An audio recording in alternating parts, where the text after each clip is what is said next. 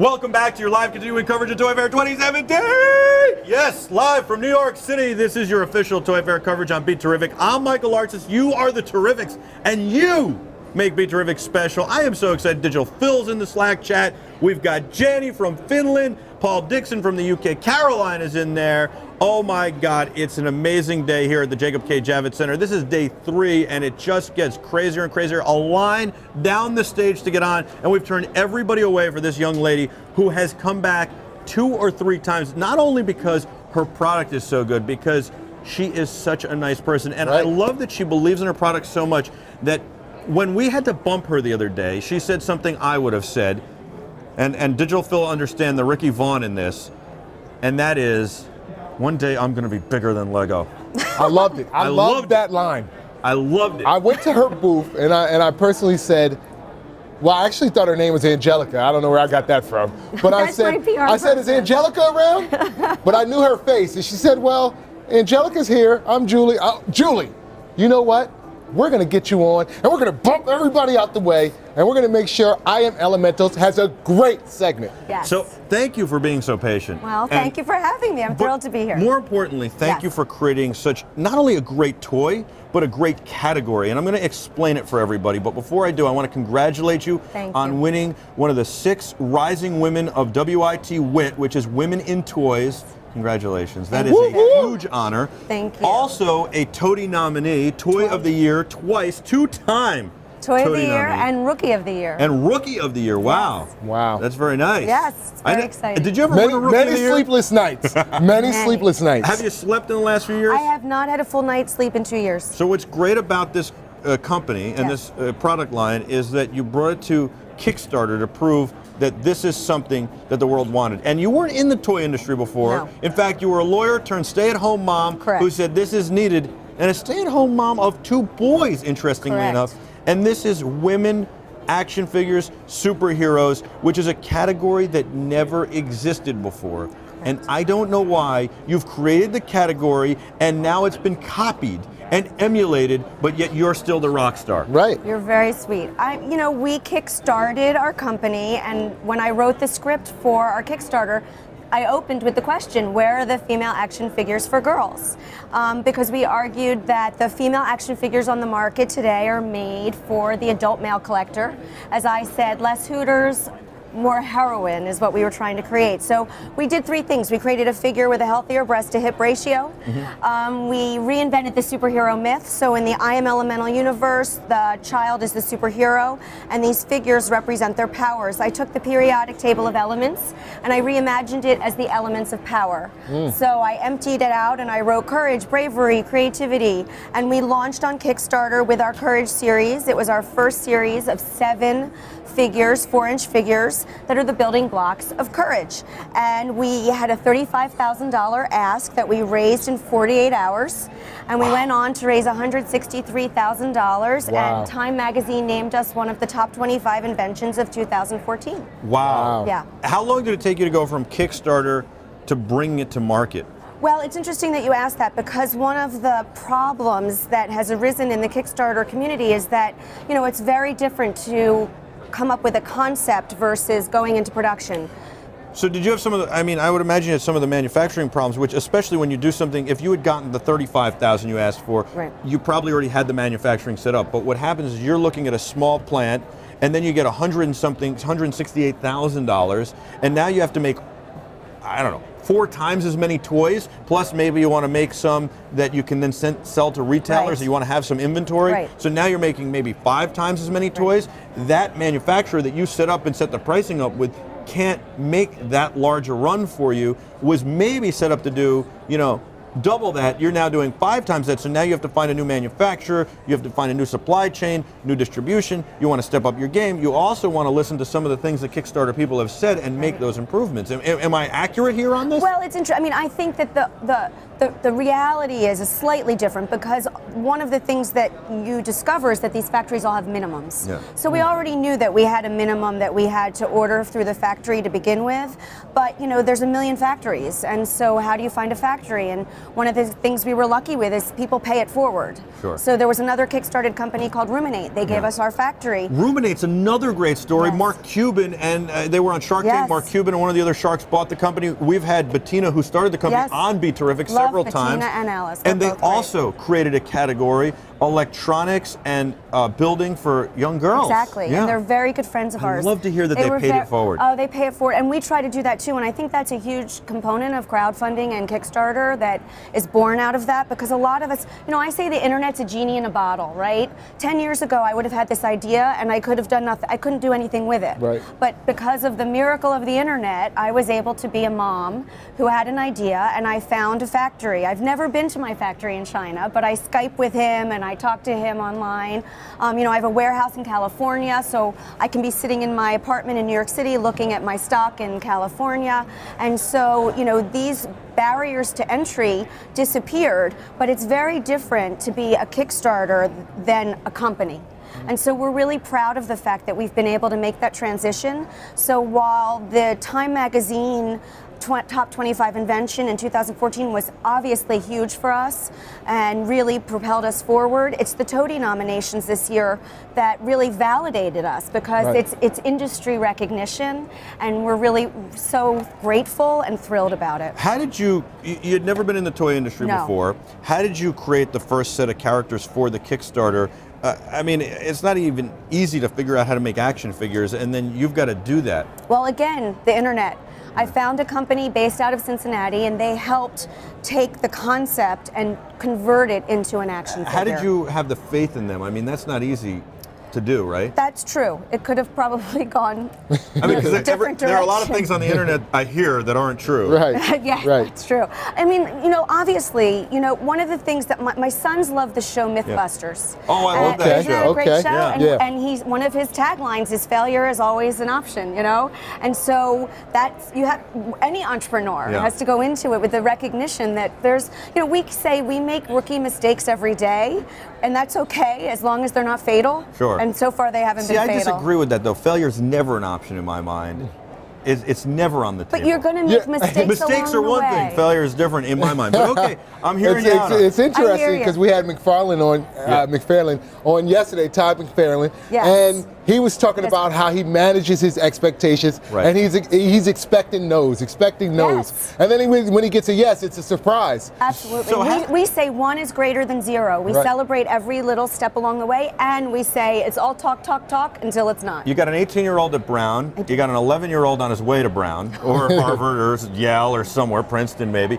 How about a shout out to those two boys? Hi guys, how are you? What are their names? Liam and Bram. And I saw Bram before. He called you right before the segment, and he's a cute little boy. Thank you very much. 11 years old. So how does a mom? He helped with the design, actually. Did he really? Yes, the octopus tentacle on Ingenuity was entirely his doing. So basically, he said to me, "Mom, have you ever seen the YouTube videos of an octopus escaping from a jar?"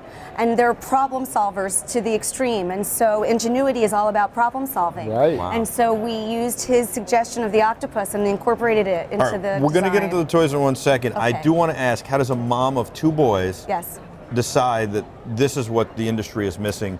Something for young girls? Well, first of all, I went to Wellesley College, so I'm very girl power, and I always say I have to raise 2 boys to be worthy of a Wellesley woman. So, that's the thing. But what was happening is it was born out of a question, and we were saying, well, why does Spider-Man appeal to a boy of 4 and a man of 40, but there's no female equivalent? Sure. And you have to remember, this is 2012. There was one female equivalent forever. Wonder Woman. Yes, it was, but And I know it was really more towards the boys. It was. As you said before, the proportions might have been a little bit out of. The hypersexualization was a little bit of an issue. Yeah. And so, well, not for us boys. Just. That's correct. But that wasn't the market. So I love how you've put together like the lunchbox kit and that. Tell me about everything here. Okay, so we started with the Courage series. So I told you we reinvent the superhero, with the periodic table of elements. So every series starts with 7 figures that represent represent the building blocks of that power. We didn't dumb it down. We say kids are smart enough to get it. So it's not Patty, persistence, or Betty, bravery. It's bravery, energy, honesty, industry, enthusiasm, persistence, and fear. And so we start every series with 7 4-inch figures, and then every series culminates with this larger 6.5-inch Courage core power, the one that kind of is in the embodiment of all 7 figures. We love her because she has more than 30 points of articulation. So we didn't talk about one thing, which was while we were creating the world's first female action figures for girls, something really amazing happened. And when we launched on Kickstarter and we filled that ask of $35,000 in 48 hours, the people who were doing that was the collector community. Sure. And so the third thing we were trying to do, aside from the healthier breast to hip ratio and reinventing the concept, was to be really forward thinking in our design and engineering. And that's what the collector community really responded to. And so we're really grateful, because the truth is that while we designed an action figure to be put in the hands of girls and boys, because as the mom of 2 boys, I say it's just as important to put a strong, healthy female figure in the hands of a boy as it is a girl. We talk about gender equality all the time, right. But if we want to see real gender equality, we have to make sure that we're not educating just one side of the aisle here. Right. And just like Ruminate, where boys can play with Ruminate Absolutely. And learn from Ruminate, boys can also play with this. There's no rules that says you can't, 100%. But this is designed and geared to be attractive more towards girls. Now, CJ is watching in the great state of Texas. I checked my phone before with our Slack chat, and he wanted to know yes. Where he can get this stuff, because he wants to support you and the cause. He loves it, and he wants to have some for his desk. Oh, that's so and that's amazing. A collector. CJ, I love you. So we have an online shop. Yeah. We are in specialty around the country, and we are on Amazon. But if you go to IAmElemental.com, you can go to our retail page, and you can see different resources of where to get us. We are a small, self-funded startup, and so we're being very careful about our growth, and so we didn't want to move too fast, but we're moving right So it's now. often said that behind every great man is a great woman. Right. Startups are hard. Yes. Somebody's got to put up money. You got to find the money to put up. You go to friends and family and all that stuff. Was your husband behind this, supporting you the entire way? Yes. Because I would imagine it's the reverse, right? Behind every great woman is a great man. Absolutely. Okay. My husband, we've been together since we were teenagers. Wow, congratulations. Yeah, it's been a very long time, and so, we're a good partnership, and I couldn't do this without his support. Wow. And he's been behind it all the way, and it's been terrific. And then as far as putting it together, self-funding it, you mentioned that. Was there ever a scary moment? Was there ever a moment where you thought about taking a second mortgage on the house, or even stopping it? Yes, I mean, I wouldn't take a second mortgage, quite frankly, because I'm not that dumb. But well, it's worked out for some people, not for others. But you do have 2 young boys who do need to go to college, exactly. So I get that. But obviously, people say to me all the time, "How are things going?" Yeah. And I say, "I'm having the time of my life. This is the best, most fun I've ever had." However, I say it's the best of times and it's the worst of times. My husband says there's no crying in baseball or startups, and I say I haven't slept in 2 years, and so I cry all the time. I liken it a little bit to flying an airplane. It's always touch and go until we get on the ground. I'll let you know when we land. Exactly. Right. Yeah. My husband actually says there's 2 answers to every question. Well, that depends, and it all comes down to money. And so we've been very careful. We are the unsexiest startup in America. I disagree with that. I definitely disagree, and I really want to know about Series 2. And by the way, Series 2. the way you've packaged it and producted it is very sexy. Before you answer that question, though, and talk about that, Yes. Digital Phil is watching in Texas, Okay. and we have a lot of Texas viewers. I love Texas. Yeah. We have a great customer base in Texas, actually. And Digital Phil wants to know, is there going to, in the future, and I know you're being very careful, is Yes. there going to be like a TV series, a comic book, a cartoon, anything like that? Yeah, we get that question all the time. In fact, as much as the collectors loved what we were doing, we did get accused of being lazy a little bit at the beginning because we didn't have a backstory. And I have to always explain that was deliberate, because we argued that there weren't enough examples out into the universe of girls being the protagonists and the heroes and the ones saving the day. So we wanted to create a story where kids were telling the story. I love that, by the way. I caught on to that in the beginning when you said that the kids use their imagination to tell the story, and they're the hero, and these are the supporting cast. All right, tell us But about, wait, I do want to answer your question. question because I get this question all the time.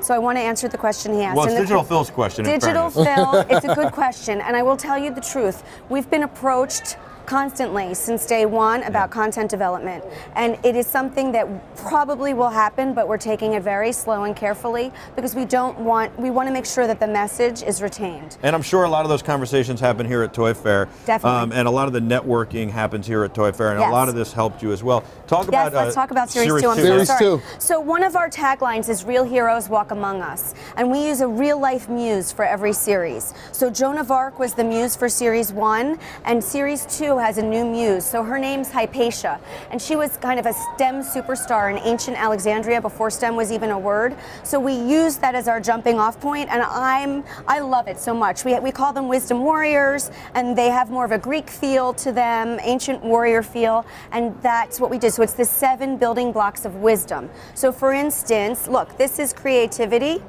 And she has a crossbow because she hunts down ideas, but the crossbow, listen, in IAmElemental universe, we say you can dive as shallow or as deep as you want. So some people just love them because they're super cool action figures, but there's a meaning behind everything. So her crossbow hunts down ideas, but it's modeled after the Greek goddess Artemis, who was a huntress. So we call them hidden Mickeys. So with the personality of Julie Bowen, and you're definitely a superhero. Right. Which character most closely resembles you, or where is your superhero character? Well, it's funny that you asked that because at our Toy Fair booth, you have to come because the Henson Creature Shop fabricated animatronic wings for us for Comic-Con Are we this talking year. about Jim Henson's shop? The Henson Creature Shop. They fabricated these wonderful animatronic wings for us that we brought to the Javits Center October for Comic-Con, and we brought them back for Toy Fair. And what we do is when people come to the booth, we make them pick their power. And I joke that it's a window into your soul. I will learn who you are. What's your power? Right, right. Let's get to that. Back to you. Well, I'm creativity. I am creativity, hunting down new ideas. Very cool. It makes sense. I think you've done something remarkable here. Thank you so much. And fabulous. I really appreciate and, that. You know, it's well overdue, and I love that there are major companies copying you now, because copying is the sincerest form of flattery. Absolutely. Right. And it shows that this is a category that is needed and wanted, and there's a place for it. Yeah, we lost to the DC Superhero Girls, the Action Figure of the Year award on Friday, and I basically put it out into the universe, and I explained to everyone that we lost, but we won. Right. Because, you know, obviously, they're the DC Superhero Girls, but they won a category that exists because of our hypothesis that we tested on Kickstarter and the response. We had backers in all 50 states and 6 continents who told the toy industry that despite what they believed, there was a market for female action figures for children. And it's funny that, you know, a lot of times creators don't listen to the audience enough. As much as I love Todd McFarlane, he was on yesterday, our audience is telling him that they want a certain character, and he's like, no, that's a boring character. We're not going to make that. I think we won him over a little bit at the end. I think he's going to make that character. He was very resistant, and he's one of the guys who has changed the industry as well, and is a legend. So he does amazing work. Yeah, and he absolutely does. But it's just very interesting how a lot of times the industry, as creative as it is, and you can look around here, sometimes closes its mind to new opportunities and new ideas. And, I had, if you'll allow me, I had an owner of one of the bigger toy companies in the world come by our booth last year, and I was so excited, and I was waiting for him to, like, you know, put golden nuggets of information in my hands, and he came and he basically totally tore it apart, and he told me, you know, girls won't get this, you know, you have to. Well, I'm sure you get both sides of the coin. But here's the thing, the reason I bring up the story is because you mentioned research, and you know, this is a man who probably spends millions of dollars on research, and I'm not saying his research isn't true, but it doesn't mean it's dispositive. Right. And so I really do think that sometimes, you know, you can paralysis by analysis. Well, and it also talks to the idea that Todd said, which you brought up before, which is lower the bar, expect everybody to say no, and when they say yes, it's great. When they say no, you hurdle over. Or expect everybody to say you're crazy. That's never going to work, you know. And then I go by the booth yesterday, and I can't even get to her. She doesn't even know I went by there twice, because the first time I went by there, it was packed with people. Well, and we know Lindsay Vann, not Lindsay Vaughn, who is a ski jumper, and she sued the IOC and the International Olympic Committee and the Vancouver Games for the right for women to ski jump, because until 2014, women never got the right to ski jump in the Olympics, and she won. But one of the guys from the Olympic Committee said something very similar to that this isn't needed in girls, whatever, and said that women don't have the fortitude to ski jump. Yeah. And obviously I don't even know what to say to that. No, but obviously there are people with wrong concepts and ideas and old thinking, and it's nice to see that you've proved everybody wrong. Congratulations. Thank you so much. IAmElemental. I appreciate it. You got to go to the site. You got to support Please do. IAmElemental and this wonderful woman, Julie, of course, who has an 18-year-old and an 11-year-old who are very nice young men, and has given birth to this entire series, which is phenomenal. Wisdom, Series 2, Wisdom. That's like, I got to check out what the elements are under Wisdom. Well, you got to come to the booth. I need one of these for my desk, without a doubt. And I very rarely do that. There's like 3 things on my desk that are... Maybe we'll be able to give away an IAmElemental figure. You can give away everything on this table. Really? Except these. These are my samples. You can give away these 3 things. All right. I'd be happy to do it. I'd be honored. The Terrifics are going to get something special later this afternoon from IAmElemental. I'm Michael, he's Daryl, she's Julie. We'll be back with a whole lot more of your live continuing coverage of Toy Fair 2017 right after this, live from the Jacob K. Javits Center in New York City!